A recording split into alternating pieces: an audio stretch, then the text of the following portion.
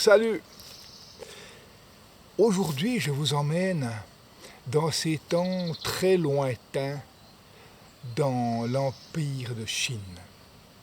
Il y a très longtemps, vivait en Chine un seigneur, un empereur du nom de Yin.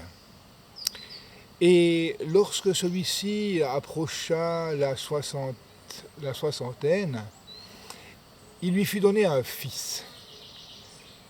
Ce fils, lorsqu'il est né, on l'a appelé Yang, et dès qu'il a ouvert la bouche, on a découvert qu'il avait 28 ans. Alors les grands maîtres, les grands sages de l'Empire ont prédit à ce Yang une carrière de conquérant exceptionnelle. Le père confia l'éducation de son fils à Lao, un maître architecte avare de paroles mais très sage. Lorsque Yang eut ses 15 ans, son père mourut. Alors il salua le cadavre de son père et puis il s'en alla conquérir le monde.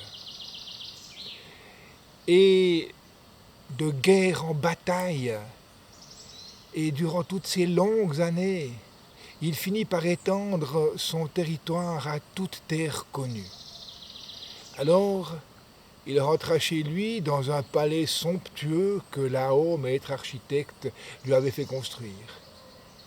Yang se promena dans ce somptueux palais, se perdit dans les couloirs et puis, loin de toutes ces guerres, de toutes ces batailles, de ces cris, de ces larmes, de ces assauts, eh bien, Yang découvrit la mélancolie, qu'il n'aima pas du tout.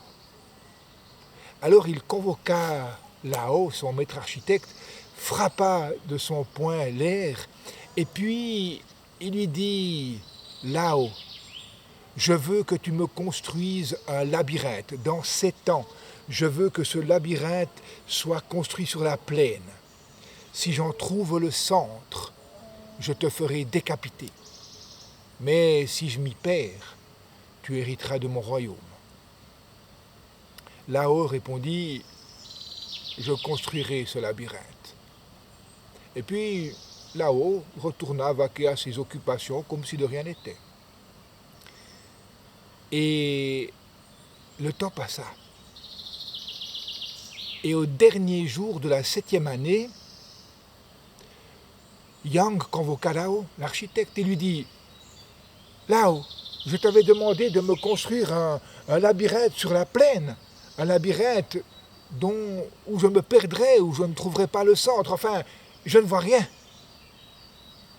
Lao sourit, sortit un grand livre et lui dit « Le voici, c'est le livre de ta vie. Quand tu en auras trouvé le centre, tu pourras me couper la tête. » Voyez-vous, c'est ainsi que Lao conquit le royaume de Yang. Mais Lao refusa le sceptre du pouvoir parce qu'il avait la sagesse. Aussi vrai que je vous le dis, mon compte est dit, et prenez bien soin de vous et de ce que vous aimez. Toute belle journée.